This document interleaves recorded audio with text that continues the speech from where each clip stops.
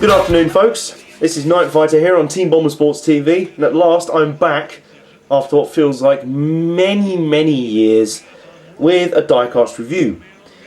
But it's a special one in more ways than one. Firstly, it's a double header. Secondly, they're not the cars you're probably expecting. Now, up until now, my channel has been very NASCAR focused, reviewing NASCAR diecast in 1/64. The two diecasts I have to review for you today are none of those things. although they are based on cars which have V8s. Because they are, if I can avoid getting my huge fingers in the frame, they are V8 Supercars. Now, there's a little bit of backstory on this. Over the last year or so, couple of years, I'll discuss this in a future video, but my interest in NASCAR has waned a bit. You may have noticed I've not been posting that much. That's been mainly why. Excuse me, I've got a slightly bad throat.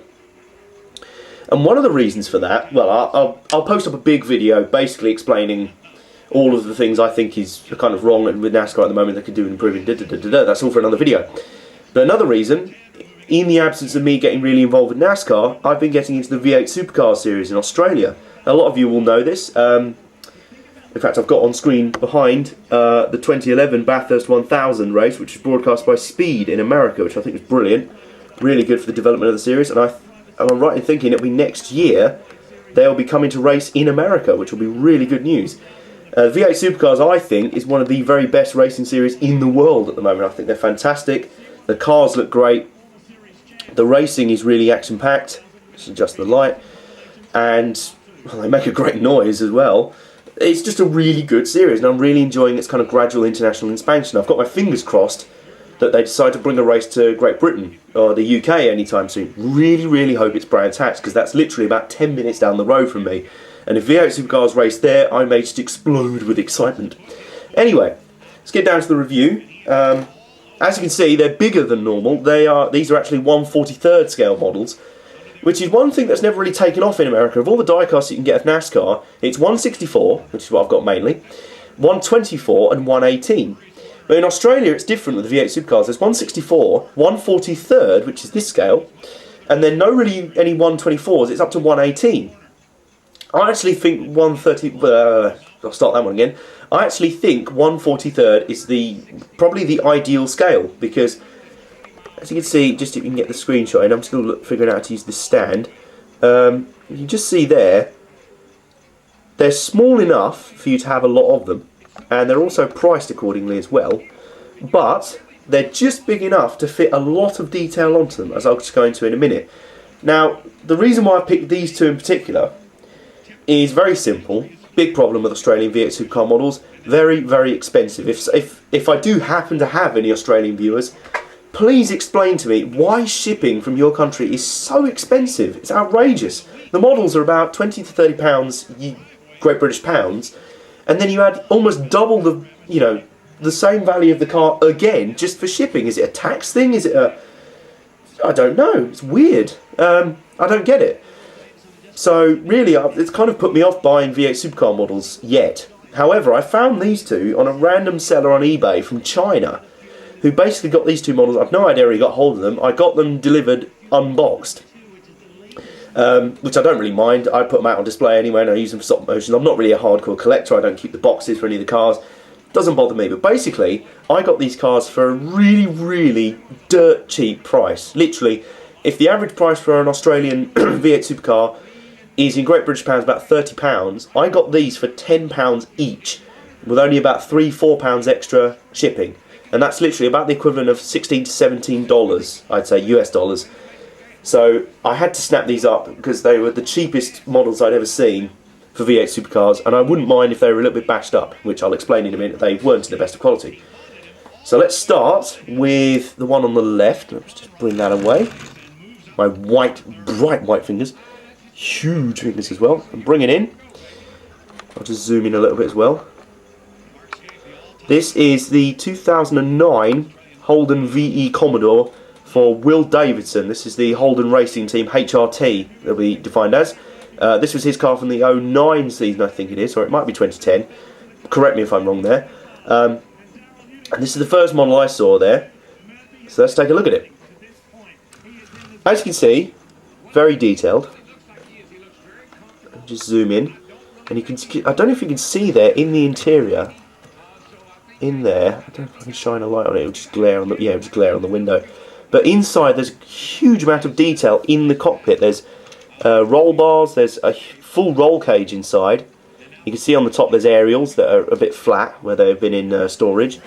All of the decals, fully rolling wheels. Here's a nice touch as well. What's this? You can actually turn the steering wheel, or the front wheels. They don't move so much on this one. I think they're more stuck in place, but you can move the steering wheel, you can steer the wheels a bit more, which I think is a really nice touch. And if we just flip it over, very carefully, you see a huge amount of detail on the bottom. Full slick tyres, full exhaust and transmission detail. And this is really what I'm talking about when I say that I believe 1/43 is the ideal scale for models. I think they're really good for that kind of detail. You have a lovely marriage of detail and cost and size. It's really nice. The livery itself is very striking. I've always thought Holden Racing Team have good liveries, despite being more a Ford man myself. If I had any preference, I'd be buying Ford model V8 Supercars rather than Holden's, but I'm not as tribal as most Aussie fans. As you can see, lots of decals across the back. And the one problem with this car is something I only noticed, and to be fair, the seller did put it in the photo, so he wasn't feeding me misinformation. Have a look at the spoiler. It says Vodafone on it. Where on this car can you see Vodafone sponsorship? There isn't any. That's because the spoiler is from a different model. I'm not sure how they got this model, but obviously in process they must have lost. You can see all the decals on there are not on this car. That is from a different V8 Supercar, from the same kind of Holden Commodore, so it doesn't look out of place. And for me, I don't really mind. I got it that cheap. I'm willing to put up with that kind of thing. It's fitted all right, so it doesn't look bad. But obviously when they got the car originally, they must have lost the spoiler. Something must have happened to it, so they thought, well, best put a spoiler on there, otherwise we're never going to sell the thing. And I went back and looked on the eBay listing, and it does have that in the photos. It does have that spoiler, so I can't really say, hey, you lied to me, it's got a bad spoiler on it. So yeah, and I'm happy with that. So the model itself, really nice, really well detailed. For the cost, I can't complain. Even if I paid full price for it, I'd have thought it'd be brilliant. The maker is Classic Car Lectables, and them and Biante are the two main model makers. They're a bit like Action and Checkered Flag Sports are for NASCAR diecasts. It's been a while, I'm trying to remember the brand names. Now let's move on to the other one. Let's move that over there. And move on to this one, which is even more special, as this was a special one-off race livery. This is Craig Lowndes, who is a legend of V8 Supercars. 2011 Holden VE Commodore. I think it's VE Commodore anyway, I might have got my initials wrong. 888 Racing, they are the kind of Hendrick Motorsports of V8 Supercars. They are dominant. Too much sometimes, to be honest, but I can't really begrudge them that. It's a Vodafone sponsored car, and this is a special livery that he ran at one race weekend, and one race weekend only in the 2011 season, that is full camo. A full military livery. I believe it was a tribute, it might have been Veterans, no, not Veterans Day, Anzac Day or something like that. But it was a special one-off tribute livery, and it looks the nuts. It really does look great, and it has been replicated really well on this car. I don't really need to go into detail because it has all the same kind of detail elements as the other car, made by the same company, Classic Car Lectables. So this is what you get for your money. And as I said before, even if you had paid 30 odd pounds or however many Australian dollars for it new, I think you'd be very chuffed. It's definitely worth the money. And as you see here, it has the steering wheels there for posing, and it will look very good. If I may well be making stop motions with some of these cars, so that will come in very useful in an added detail element. And you can see on the back, that spoiler, that's the correct spoiler, and it's actually the same spoiler as on the other car. So it's the correct spoiler on this car, but the wrong one on the other one. So obviously on the other car, the Will Davison car, they took a spoiler from one of these models off. Don't ask me how. It's just better roll with it. In fact, the spoiler on this car, as well as the passenger side, because remember these are right-hand drive like British cars rather than left-hand drive for American cars, the passenger side door mirror, that one there, had actually fallen off, but they were both clean breaks. They kind of slotted into grooves in the model anyway, so they're easy fixes. And as I said before, considering I got these for about a third, maybe a quarter of the price that they normally go for, I really can't complain.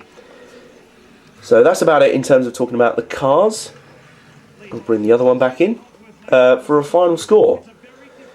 I don't really do scores that often anymore on diecasts, but in terms of new diecasts from new manufacturers I've never encountered before, 10 out of 10 really, has to say. The only problems with these cars were not the fault of the original makers, they were how I got hold of them, with bits kind of broken and stuff. But as I say, I don't mind, I got them for that cheap, but I would happily pay list price brand new for these cars, and maybe even bite my lip and just about weather the hugely expensive shipping costs, because these models are excellent.